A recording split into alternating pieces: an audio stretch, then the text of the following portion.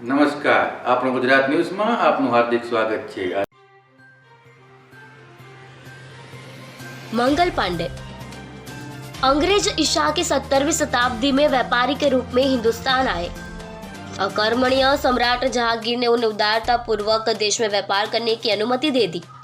वे व्यापार करते रहे। जब 18वीं शताब्दी में मुगल साम्राज्य क्षीण होने लगा, तब अंग्रेजों ने पांव पसारने शुरू किए। सन 1757 में खलासी की लड़ाई हुई, जिसके बाद वे भारत में सबसे बड़ी शक्ति बन गए। गदर की योजना। ईस्ट इंडिया कंपनी द्वारा नियुक्त शासकों की कुनीतियों के फलस्वरूप सैनिकों, धर्मगुरुओं तथा कंगाल होती जा रही जनता में भारी असंतोष फैला। अंग्रेजों को भारत से निकाल बाहर करने के लिए एक बड़ी योजना बनाई गई। अंग्रेजी सेना के देसी सैनिक को तैयार किया गया कि वे एक ही दिन सारे देश में अंग्रेजों के विरुद्ध विद्रोह कर दे। विद्रोह की तिथि 31 मई 1857 नियत की गई।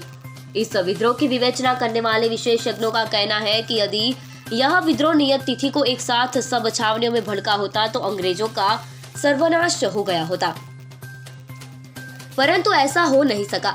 हिंदुस्तान बहुत बड़ा देश था, जिसमें सेना की छावनियां पेशावर से कलकत्ता तक और अंबाला से मद्रास तक फैली थी। विद्रोह में हजारों लोगों को सम्मिलित होना था। कब किसके मन में क्या आएगा, कुछ ठिकाना नहीं था। जाती गई बात कलकत्ता के पास बैरकपुर छावनी से शुरू हुई। वहां एक भंगी ने एक ब्राह्मण सिपाही से पानी पीने के लिए एक लोटा मांग लिया। उन दिनों छुआछूत इतनी थी कि ब्राह्मण सिपाही यह सोच भी नहीं सकता था कि कोई नीची जाति का व्यक्ति उसके लोटे को हाथ भी लगा दे। ब्राह्मण सिपाही ने तैश में आकर कहा, तू मेरे लोटे से पानी पिएगा तो क्या हो जाएगा? भंगी ने बिना डरे उत्तर दिया, मेरा धर्म भ्रष्ट करना है।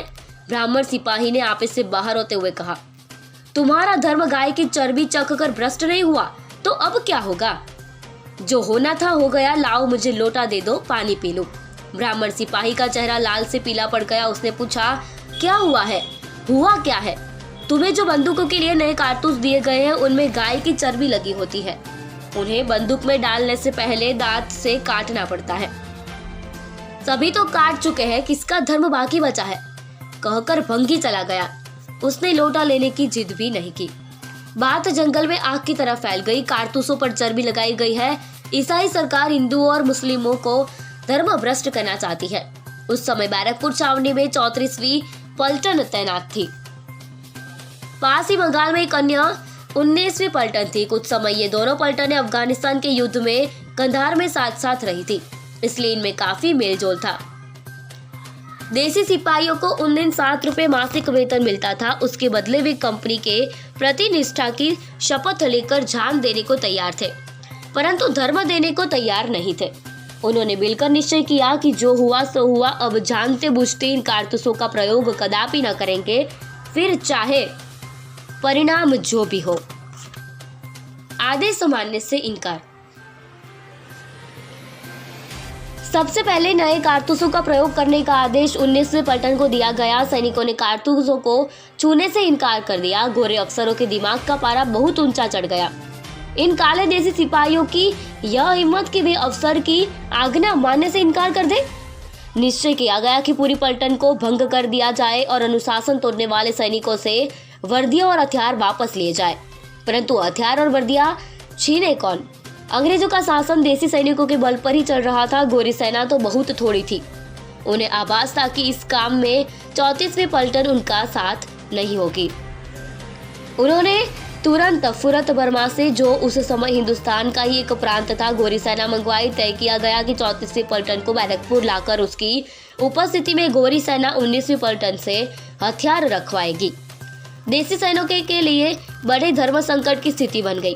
सब छावनियों में एक साथ विद्रोह की तिथि 31 मई तय थी, जो अभी 2 महीने दूर थी। आज अंग्रेज 19वीं पलटन के हथियार छीन रहे, कल वे 34वीं पलटन के छीनेंगे। यदि यह क्रम चल पड़ा तो 31 मई से पहले सभी देसी पलटनों से हथियार छीन लिए जाएंगे। तब करने को कुछ बचेगा ही नहीं। सारी योजना विफल हो जाएगी। परंतु यदि अभी हथियार उठाते हैं तो योजना का भंडाफोड़ हो जाएगा। एक छावनी में विद्रोह होने भर से अंग्रेजों का शासन समाप्त थोड़ी हो जाएगा।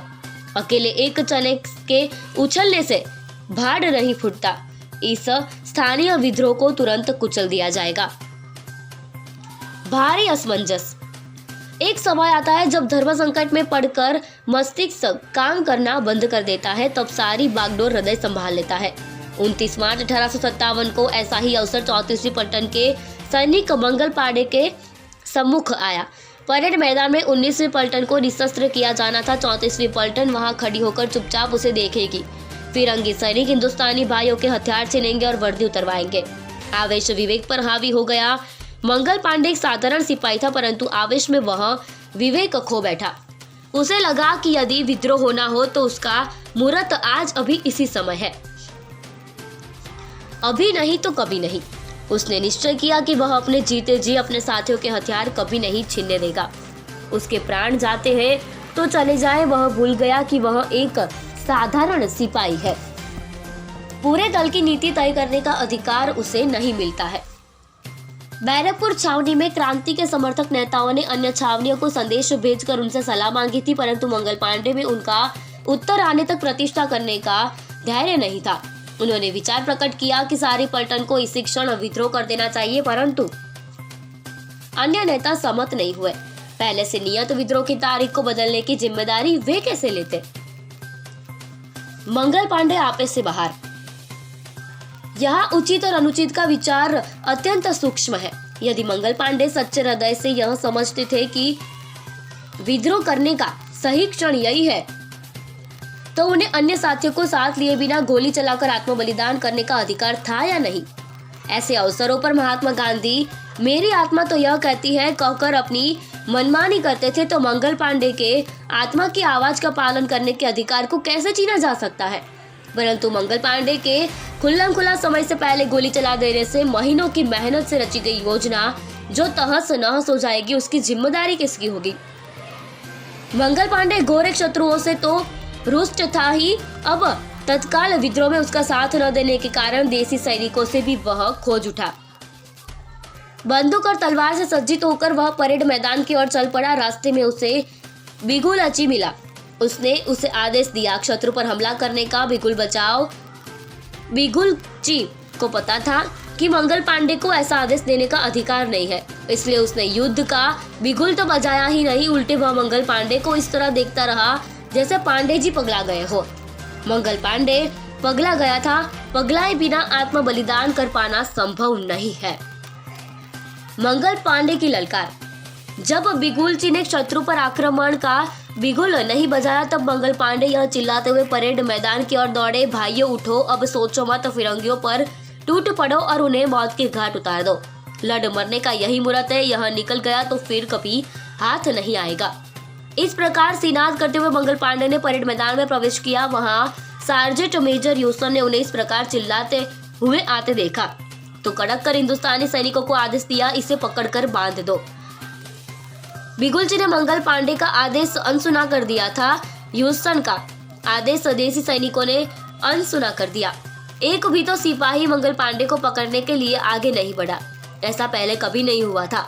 तब मंगल पांडे को पकड़ने के लिए ह्यूस्टन स्वयं आगे बढ़ा। मंगल पांडे ने भरी हुई बंदूक की नाल ह्यूस्टन की ओर करी, निशाना साधा और गोली चला दी। ह्यूस्टन को गोली लगी और वह भूमि पर गिर पड़ा। गोलीबारी। यह देखते ही घोड़ेसवार लेफ्टिनेंट वाब मंगल पांडे की ओर बढ़ा। पांडे की बंदूक की दूसरी नाल गोली ने घोड़े सहित तो उसे भूमि पर गिरा दिया। मंगल पांडे बंदूक में बारूद भरने लगा तो लाभ उठाकर पिस्तौल लिए पांडे की ओर दौड़ा। वाब ने गोली चलाई परंतु निशाना सही नहीं रहा। मंगल पांडे ने बंदूक छोड़ी और तलवार लेकर वाब पर झपटा। तलवार के वार से वाब का पिस्तौल वाला हाथ ही कट गया और वह भी धराशायी हुआ। एक अन्य गोरे सिपाही ने मंगल पांडे की ओर बढ़ना चाहा तो एक देसी सैनिक ने बंदूक के कुंदे की चोट से उसे जमीन पर लिटा दिया।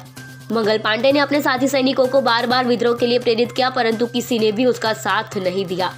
इसलिए नहीं कि उनमें वीरता कमी थी, परंतु इसलिए कि वे असमंजस में थे कि नियत तिथि से पहले विद्रोह करना उचित होगा या नहीं।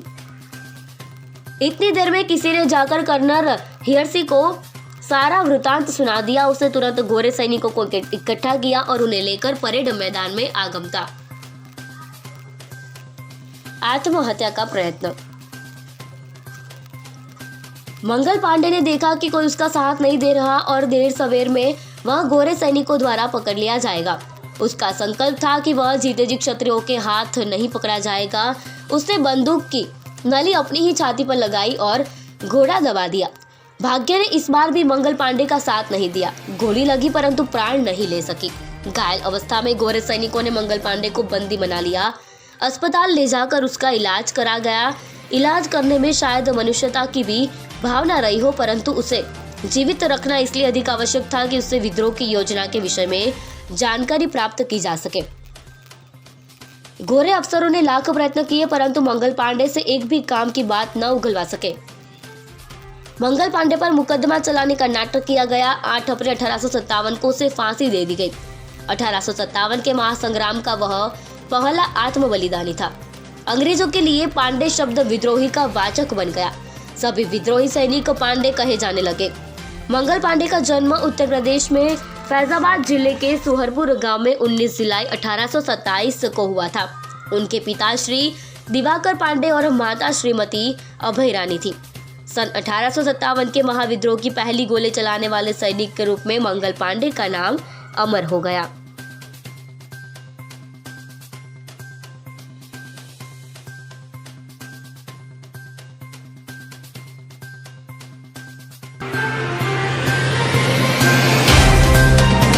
तो व्हाट्सएप, ट्विटर, फेसबुक, इंस्टा जहाँ भी आपका अकाउंट है, इसे शेयर बटन के द्वारा वहाँ पर शेयर करें।